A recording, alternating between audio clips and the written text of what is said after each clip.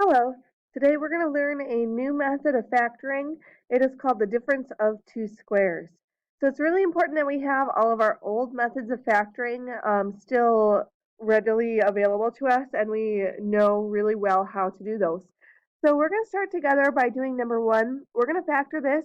We're going to use the split middle term method. So our A value is 1 and our C value is -9.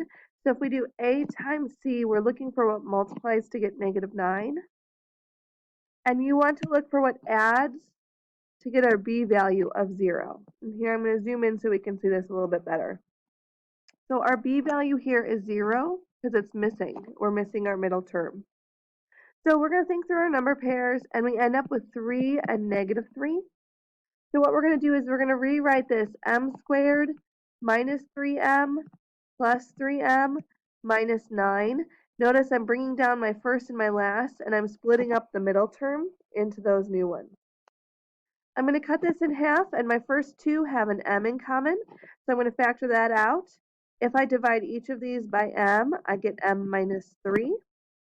And the next two have a 3 in common, so if I factor out my GCF of 3, I get m minus 3. I now notice that m minus 3 is a common factor in both of those, so that's one of my factors. And then m plus 3 would be my next one. So numbers 2, 3, and 4 are all done using that method, and so you would end up getting those answers. We're going to go to number 5 here and try this one together before I ask you to try the other ones. So once again, we're going to use the A times C method or split middle term. So we need to figure out what we're multiplying to get and adding to get. So if we do 4 times -25, we're looking for what multiplies to get 100. Once again, we're missing our middle term, so the add portion is going to be 0. So you're going to think through some number pairs, think about what multiplies to get 100, but adds to get 0. Once we find our numbers of 10 and -10, we're going to split the middle term. So we're going to leave it 4y squared, and we're going to leave the minus 25. The middle two terms are going to become plus 10y and minus 10y.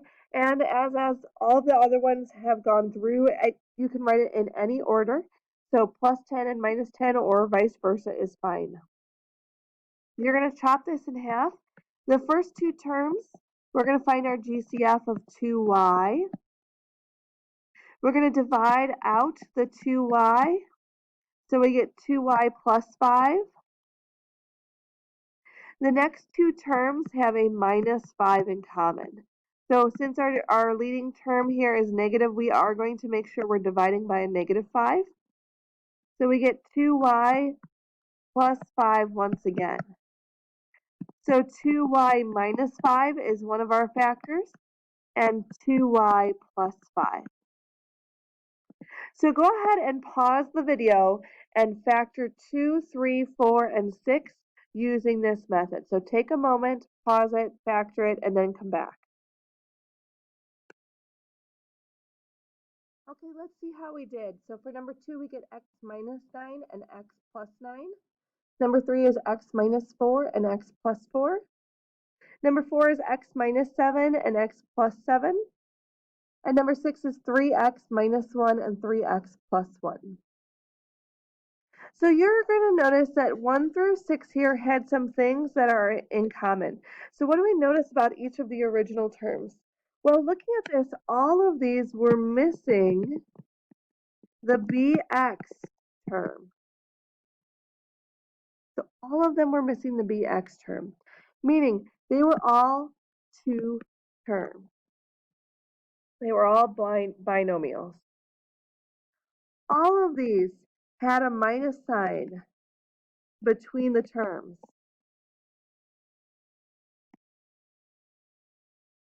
So looking at all of these, they were all something squared minus something else.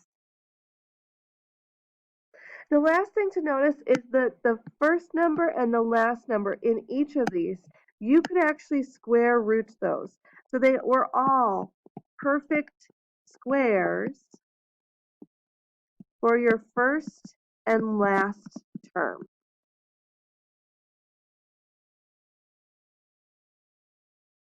And as we're looking at all of those fit the same pattern, and all of your answers are the same pattern as well. So looking at your final answers, looking at all of them have 1 plus and 1 minus. They also all have a relation to the perfect square that the first term was and that the last term was. So because of this pattern, this leads us to a new formula. So here is your new formula. It is called the difference of two squares. So if you have a squared minus b squared, you can actually square root the first term. So the square root of a squared is a. You also square root the last term. So the square root of b squared is b. And you write 1 as a plus and 1 as a minus. The reason why this factoring method works is because when you distribute this, you get a squared minus ab plus ab minus b squared, and the middle two terms cancel out, leaving you with just a squared minus b squared. So you can use this when it is the difference, meaning it has a minus sign. It has to have the minus. That's an N and a U, okay? Also, it has to have two terms. All of the bx terms were missing. And they have to have perfect squares, meaning that you have to be able to square root the number there, okay? So it's minus two terms, and they have to be perfect squares. So let's go ahead and take a look at these examples here. First of all, cross off this 36 for number 10. This is supposed to be a 49b squared, okay? Notice number 9, two terms, it has the minus sign. If I take the square root of x squared, I get x. And if I take the square root of 4, I get 2. So when I take the square root, that is my first term. And when I take the square root of my last term, that's my last term. I'm going to write 1 with a plus and 1 with a minus, and this would be my factored form. You can always check your answers. So I would get x squared minus 2x plus 2x minus 4, and my middle two terms would cancel out. I get what I started with, which means it is correct. Let's try this next one. I see that there are two terms here. They are separated by the minus sign. I can square root the first and I can square root the last. The square root of the first one, the square root of 100a squared is going to be 10a. That is my first term in each of these. The square root of the last one is going to be 7b. That's my last term in each parentheses. And I write 1 with a plus, 1 with a minus. My next one, I notice it works for the difference of two squares. There are two terms separated by a minus sign, and I can square root each of these. So I set down my set of parentheses. The square root of 64x squared is 8x. The square root of 81 is going to be 9. And I could do 1 plus and 1 minus.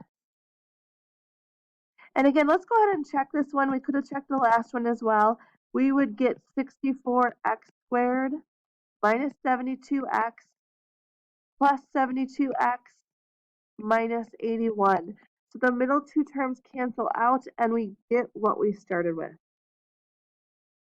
This next one, as I'm looking at this, I take a look at this and I say, well, I can square root each of those, and they're both perfect squares. I have two of them. The problem with this one is the plus sign. So if it says plus, it is prime. We cannot factor this.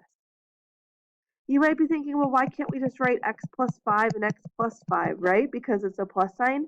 But this does not work, because when we check our answers, we get x squared plus 5x plus 5x plus 25. This is not what we started with, because our middle two terms do not cancel each other out. So this does not work. Instead, you write prime. Okay, let's try one more where it does work. So two terms, minus sign, I can square root each of those. So I write down my parentheses. My first one, it would be a 3 and a t. So that's my first term in each. But the square root of my last one is 2q. And I write one with a plus and one with a minus. So we now can use this going forward from here with other things. So looking at number 14, I see that there's two terms and I see that I can, they're separated by a minus sign. The problem is I cannot square root these. So anytime you have a problem from now on, always look for a GCF first, no matter what. So 50 and 98 have a GCF of 2. So I'm going to take and I'm going to divide out a 2 out of each of these, and I would get 25 minus 49x squared. Then I'm going to ask myself, does this go any further? And so this one now is the case of what we were doing. So we're going to say, yes, I can actually square root each of these. So I'm going to put my parentheses down. The square root of 25 is 5. The square root of 49x squared is 7x. One should have a plus and one should have a minus. But I also need my GCF that I took out from before. So this would be my final answer for this one. Let's try this next one using the same idea. Again, I can't square root it yet because these have a GCF of 2. So I'm going to go ahead and divide each of these by 2 and take that GCF out. I get x squared minus 16. And normally you'd say, hey, I'm done. But you have to ask yourself, does this factor any further? And it does. So what I'm going to go ahead and do is I'm going to leave my 2 out in front. I'm going to say, hey, I can square root x squared, and I can square root 16, and there's a minus, so one has a plus and one has a minus. This would be my final factored form. Let's go ahead and try this next one. So x squared minus 8x plus 16, I look for a GCF. There is no GCF. So I'm just going to go ahead and I'm going to do my number pairs. I am looking for what multiplies to get a times c, or 16. And I'm looking for what adds to get negative 8. My numbers would be negative 4 and negative 4. So I'm going to rewrite this as x squared minus 4x plus 16. I'm going to chop this in half, and the GCF of my first two terms is x. The GCF of my next two terms is negative 4. And now my parentheses are the same, so it's x minus 4. And my other parentheses would also be x minus 4. Or you could write this as x minus 4 squared. These are saying this exact same thing. Okay, let's try one more. We're going to do number 17 together. So looking at this, our first step is to ask for the GCF. So 16, 80, and 100. 2 goes into all of those, but so does 4. So my GCF is going to be 4. Additionally, my leading term is negative, so I'm going to make it a negative 4. So I divide everything by negative 4, and I get 4w squared plus 20w plus 25. I'm now going to take this inside part and factor further. So I'm looking for what multiplies to get 100 and adds to get 20. I leave my GCF out in front by itself. I'm going to go ahead and say my numbers are 10 and 10. So I'm going to split this in half. The first two have a 2w in common. The next two have a 5 in common. And so I can see 2w plus 5 is one of my factors, and 2w plus 5 is my other, with a GCF of negative 4.